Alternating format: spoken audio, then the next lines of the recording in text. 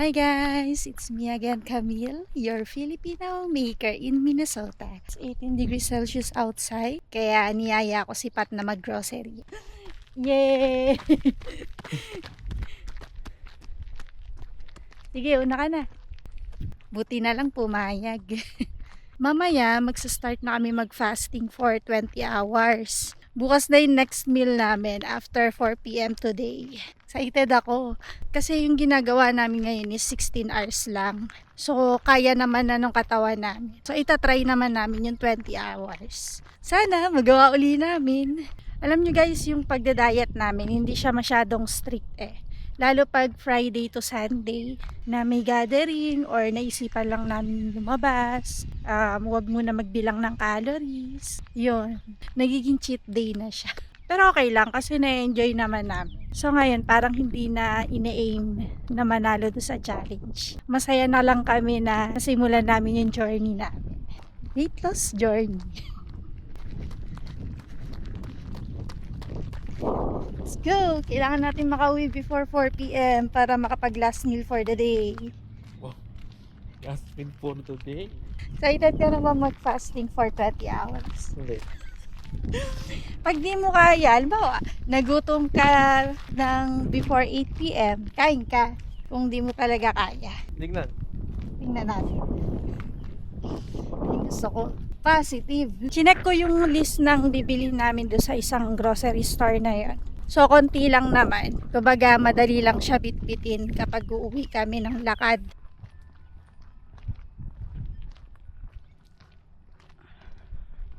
Wait. Baka. Nagkasabi ng wait. Wait.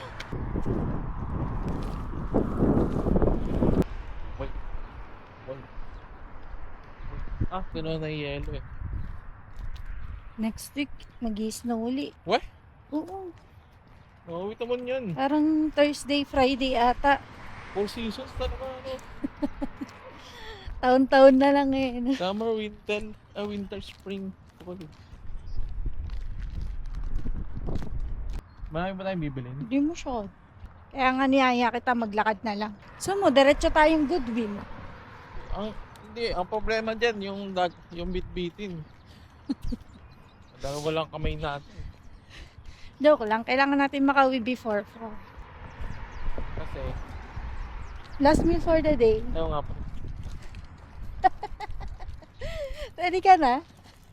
Kasi, Kanina ang lunch namin, boneless and skinless chicken Thai tinola with sayote and malunggay. So mamaya, titingnan ko kung ano pwede namin makain. Depende kung ilang minutes na lang yung natitira bago mag 4. Kasi 2 p.m. na ngayon eh.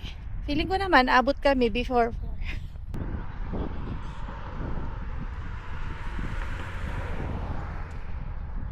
Kaya tayo naglalakad para tipid sa gas. Exercise ka na, tipid ka pa sa gas. Di ba? Actually, isa yun. Dito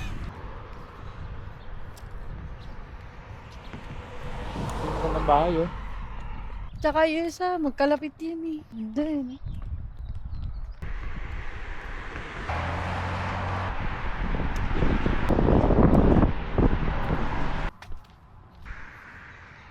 Oh, nandito pala si Kim eh. Aldrich.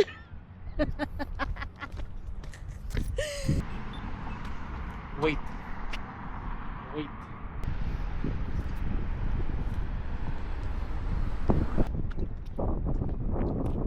Mate. Papapi, papapi, papapi, papapi. Wah, lingon naman si Papapi, aba. Kapit na kami.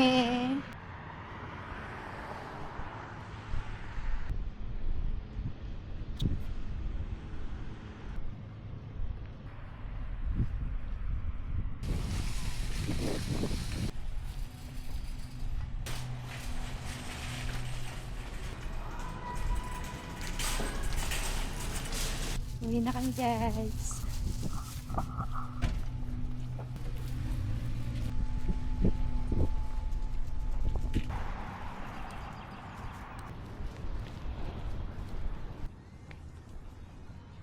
Ay, ano yung ano? tumutusok sa akin.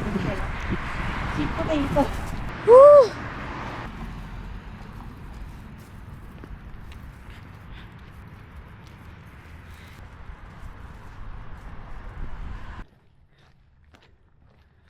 Finally home. Again, this is Camille, your Filipino homemaker in Minnesota. Bye! Hi guys! At dahil 3:45 PM na kami nakauwi, hindi kami umabot, no? Abot pa rin naman. Nagluto muna ako ng last meal namin for the day and inadjust namin yung eating window namin. Bali, magpa-fasting kami from 5 PM. So, ito yung pagkain namin ngayon. Homemade guac and then ground turkey with taco seasoning, tomatoes, cucumber, and cilantro rice na may lime. Yeah. Tapos mamaya, kukunin ko naman yung prepare ko kanina na fruit shake. So, yun yung last na inumin namin for the day. And then, puro tubig na lang. Kain na kami. Bye-bye!